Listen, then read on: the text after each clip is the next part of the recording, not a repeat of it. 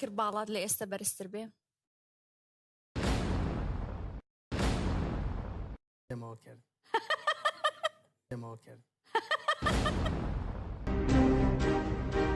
کوا سەقافەتی قسەکردن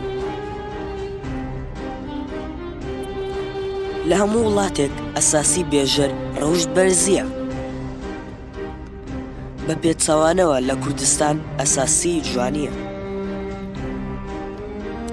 کەسایەتیەکی بەڕێزبانگ دەکرێت بە کۆمەڵێک پرسیاری ناشرین دەیڕوخێنن و دەیشکێنن. خەڵکیش بەهۆی جوانیەوە دەستە دەستەدا دەنیشن بە دیاریەوە. ئێمەش لێرەوە پێی ئەڵێین حەست ئەکرد تەجمیل نەبوویتایە با ئیتر شکاندنی هونەرمەند نەبێت بە باو.